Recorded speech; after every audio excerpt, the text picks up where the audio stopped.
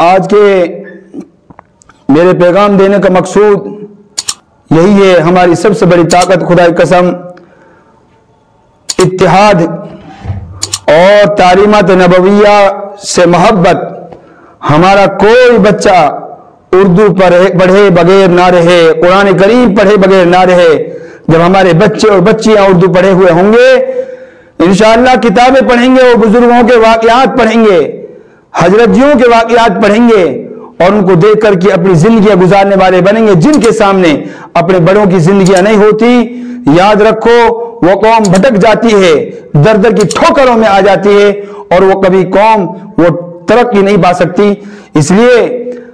میں سمجھتا ہوں کہ میرا سمجھدار طبقہ ان باتوں کو لے کر کے توجہ دے گا،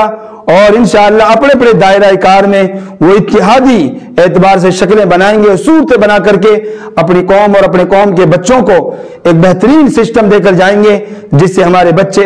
انشاءاللہ نیک بنیں گے، نیک سیرت بنیں گے، نیک صورت بنیں گے، اور وہ بچے کامیاب ترین زندگی دونوں جہاں میں گزارنے والے بنیں گے۔ تو اب یہ جو پیغامات پروگراموں کی شکل میں علماء کرام دے رہے ہیں، میں ان کے تعلق سے بھی آپ حضرات کو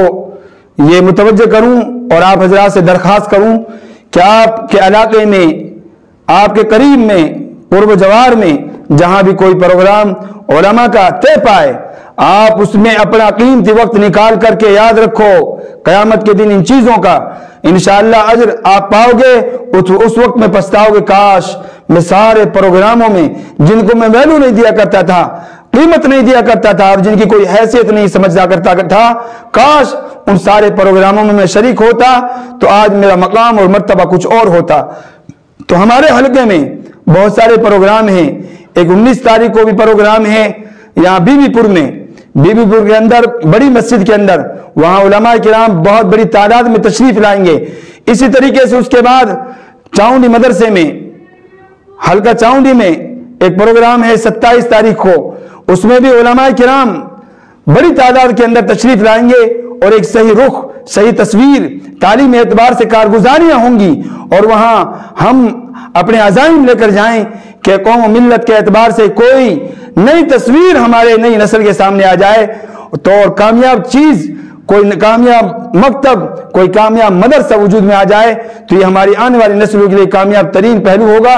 اسی طریقے سے 28 تاریخ کو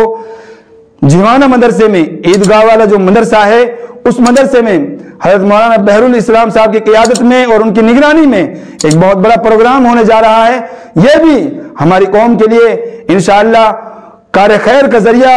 اور اصلاح اور فلاح و بہبود کی کا ذریعہ اور سبب بنے گا انشاءاللہ۔ بہرحال اور جتنے بھی پروگرام ہیں، ساروں کے نام لینا مقصود نہیں، بلکہ مجھے متوجہ کرنا مقصود ہے،